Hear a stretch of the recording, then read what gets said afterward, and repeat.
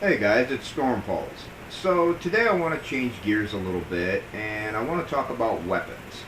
Now when you think of the movies, you've all seen plenty of weapons, from swords and nunchucks and firearms to just about everything that the planet has to offer in terms of weapons today. But I intend to go a little bit more old school, maybe back as far as we actually can go with the evolution of weapons. And I want to talk about the blowgun. Over the last couple of weeks, I've had some interesting conversations about it, and one of the biggest things that came up is how effective can the blowgun really be? Well, today that's what we want to find out. So first, in case you're unfamiliar with what I'm talking about, I'm going to show you a blowgun. This particular model I picked up at Walmart, surprisingly, for about 20 bucks, I believe. And according to the packaging, it's supposed to be one of the most powerful versions of a blowgun you can get here in the States. I'm not really sure whether or not that's true. But as far as any weapon goes, if you have the skills and the means, building it yourself is always the way to go. This is actually relatively short-barreled for blowguns that I've seen and played with myself. But it does have some interesting attachments that you don't find on most blowguns. This here is a steel head. So this is a little micro bullet with about a 1/4 inch piece of steel on the top of it. And we're going to test that out. Then you have what I like to call the blunt force bits. They're just a flat-headed piece of rubberized plastic, so they're malleable but very, very hard. And we're going to try those out too. And then you have what most people are probably familiar with in regards to blowguns, which are the long dart tips. These are about 5 inches, and they have a very sharp needle point on them, so you really don't want to go poking yourself in the wrong place with them. But we're going to pit these against some of our modern day elements and see how they fare. Now, because these really aren't toys, I'm not going to do these on any human trials, and I don't really have anything in the house to simulate human skin and flesh at this point in time. But that might be for another video if you guys are really curious enough, and let me know in the comments, what you think. But so we're going to take this blowgun and we're going to test it out and see how things work. So give me a few minutes to set it up, and I'll see you in the field.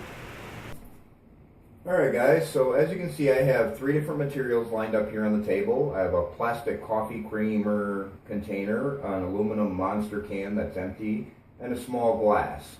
I'm going to start with the 5-inch darts, and we're just going to see what this will penetrate. So we're going to hit the plastic coffee creamer container first on the right.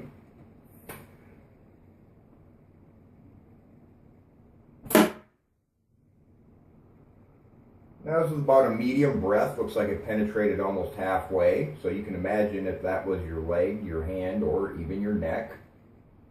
Now the monster coffee, or the monster can.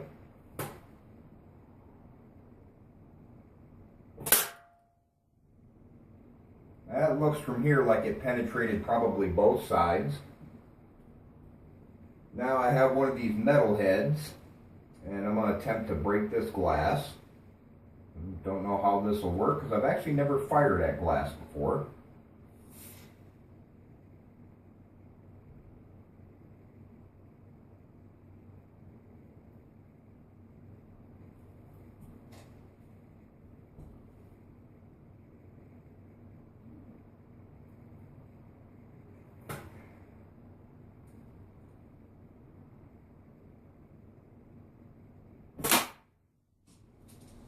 And unfortunately I missed it, so we'll go ahead and try that again.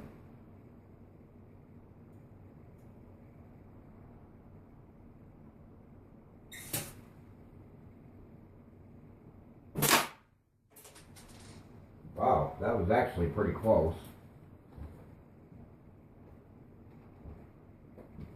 But I shall have to try and again.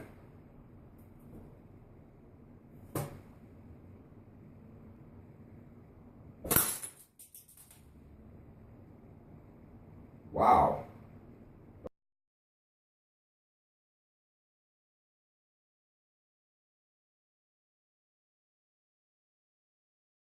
Okay, so they can break glass. And that was just a little 1/4 inch piece of metal on the top of it.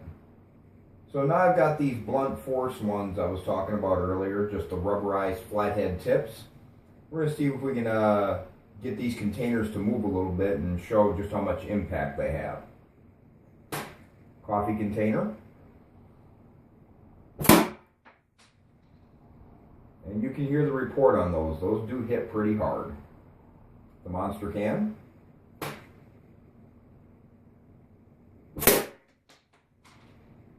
Oh wow, that put a pretty good dent in there. And I'm not going to fire at the glass because I'm not trying to get glass all over the place. Hopefully what's on the table didn't go too far.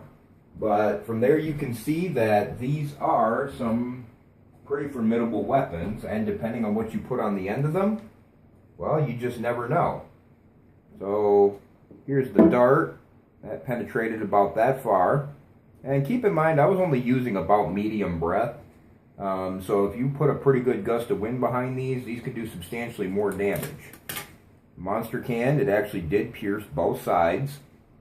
And that's where I hit it with the blunt force one. Imagine taking that to the forehead. You'd end up with a pretty good headache. And then the glass. And this did a really good job of breaking it. It took out one whole quarter of it.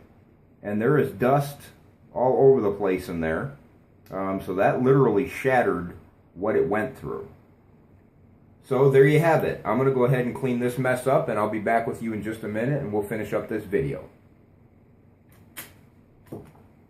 Okay, so you saw what happened. On the plastic coffee creamer, there was a lot of penetration. That coffee creamer was probably a lot more resilient than our skin. So if you'd have taken that hit pretty much anywhere on your body, the needle was going in there. And if there was some poison in there, you were probably going to end up pretty sick or dead. The monster can, same thing. Now metal is a little tougher than skin, although aluminum cans, I don't know, might be iffy. But that went through almost both sides of the can, and so, 5 inches, that's at least 3 inches of penetration right there. And then the metal head tip on the glass. I must admit I was actually surprised by this one. While I know those do hit hard, it was a very tiny piece of metal, and the weird shape of the glass, I wasn't really sure it could do that kind of damage, but you saw what happened. So in my opinion, I would have to say, from the cover of trees and in the right place and in the right person's hands, a blowgun is a very, very, very effective weapon, depending on what you're trying to accomplish with it. I ain't even going to lie, they're also a lot of fun to play with around the house. If you're just bored. I sat there for about a half hour one day trying to pick off a couple of flies during the summer. Actually managed to get one. I don't know if that was more luck than skill, but they are a lot of fun to play with. So, like I said, I got this one at Walmart. I'm sure it's not the only place you can get them. If you want to play around with one and make up your own mind about how effective they could be, by all means. But if you're going to do so, please be responsible, be safe. If you're going to be firing at other people, both you get some safety glasses, maybe a helmet. These really, really aren't toys. But that said, I hope you enjoyed the video. If you like the kind of stuff that I've been doing, please hit that subscribe button. And if you like the video, go ahead and like it. I will do more of them in the future. Maybe we'll talk about stuff like gladiator weapons. Or maybe some daggers. Both of these have a lot of close quarter combat applications. But I have quite a bit of weapons around the house, so if you like what you've seen here, you want to see more, by all means, just let me know and I will see what I can do about that. Just let me know in the comments below. Y'all have a great day. Some more pranks are coming. I'm actually working on the video editing of some of them right now. It's a little bit time consuming for the amount of footage that I have, but they are on the way. I've not forgotten about you. You guys have a great day, and I will see you once again in the field.